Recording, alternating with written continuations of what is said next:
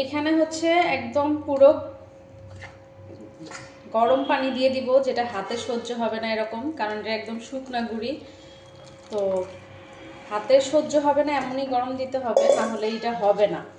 তো আমি আস্তে আস্তে মিক্স করে নিব এটারে। তারপরে ডিমটা আমি পরে দিয়ে দিব, আগে আমি মিক্স করে নিব। এটাই দেখেন কি কত সুন্দর হয়ে গেছে। এখনই পানিটা একবারে দিতে হয় না, আমি একবারে দিয়ে দিলাম। পানিটা একটু একটু করে দিতে হয়, কারণ অনেকে আন্দাজ বোঝে না।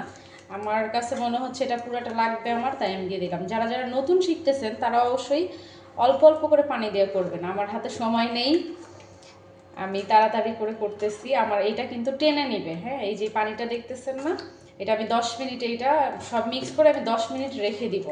রেখে দেওয়ার পরে আমার এটা একটু ঘন হয়ে যাবে। দেখেন কীরকম ঘন হয়েছে। আমার কিন্তু চামিচে লেগে আছে। হ্যাঁ, এই যে লেগে আছে, এরকম ঘন হবে। তো আমার এটা ভিজবে, আমি এটাকে এখন 10 মিনিট রেখে দিব। আমি ডিমটাকে মিক্স করব, আর একটু ঠান্ডা হলে, এটা একটু গরম আছে।